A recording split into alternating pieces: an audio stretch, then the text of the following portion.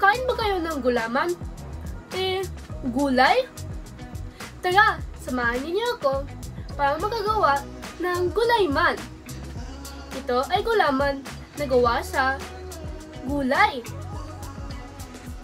At ang mga gulay na gagamitin natin ay kalabasa at mga karot. Handa na ba kayo?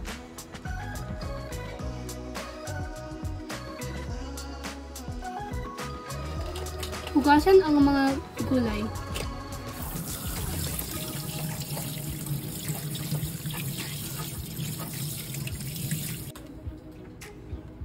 Balatan ang mga gulay.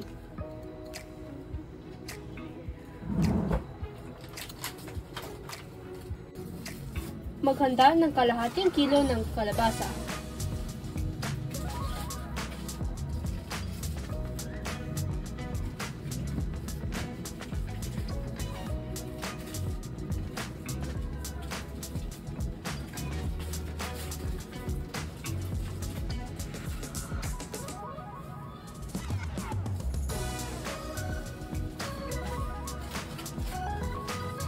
Palambutin ng 15 hanggang 20 minuto ang kalabasa. Durugin ang kinalambot na kalabasa.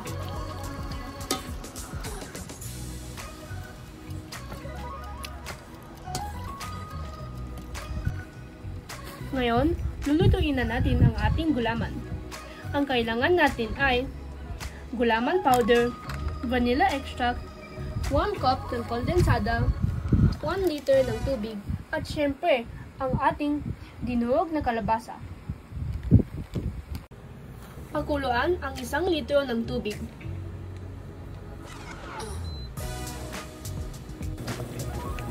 Ilagay na ang kalabasa sa kumukulong tubig.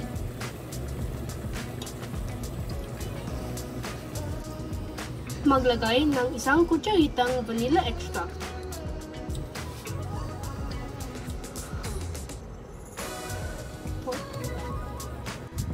Tunawin ang gulaman powder sa 1 basong tubig.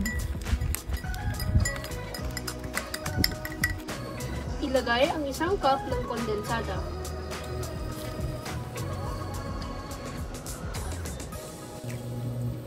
Ilagay ang gulaman.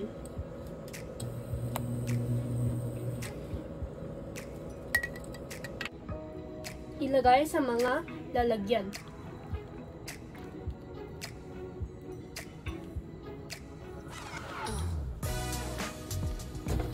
Magpakulo muli ng tubig para sa pangibabaw na bahagi ng gulaman. Maghanda ng 1/2 cup ng sugar. Lagyan ng 1 kutsaritang vanilla extract.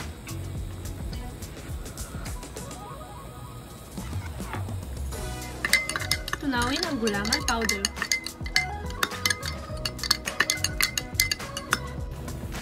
Isunod ang natunaw na gulaman powder.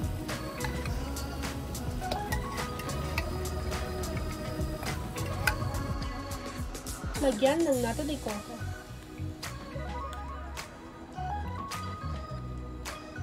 Maaari nang ilagay ang ibabaw na layer ng gulaman.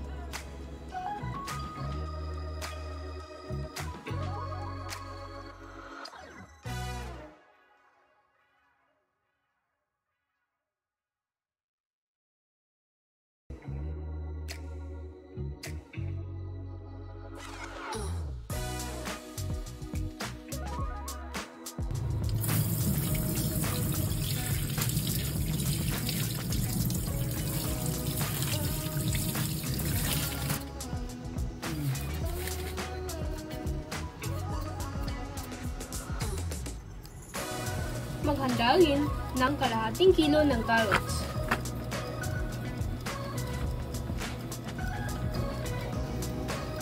Katulad ng kalabasa, palambutin rin ang mga carrots. Gagamit tayo ng blender para durugin ang carrots.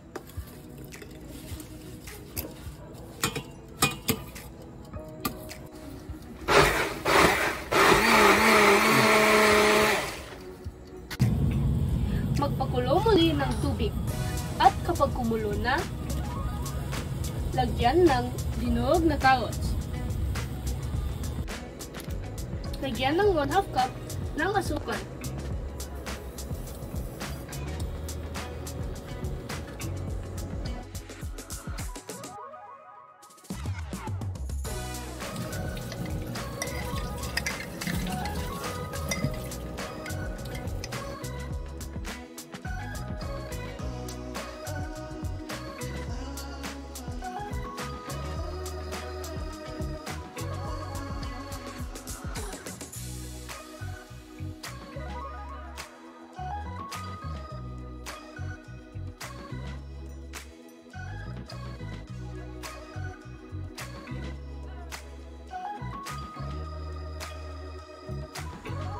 At ito na ang ating finished product. Ito ay ang gawa sa carrots. At ito naman ay gawa sa kalabasa.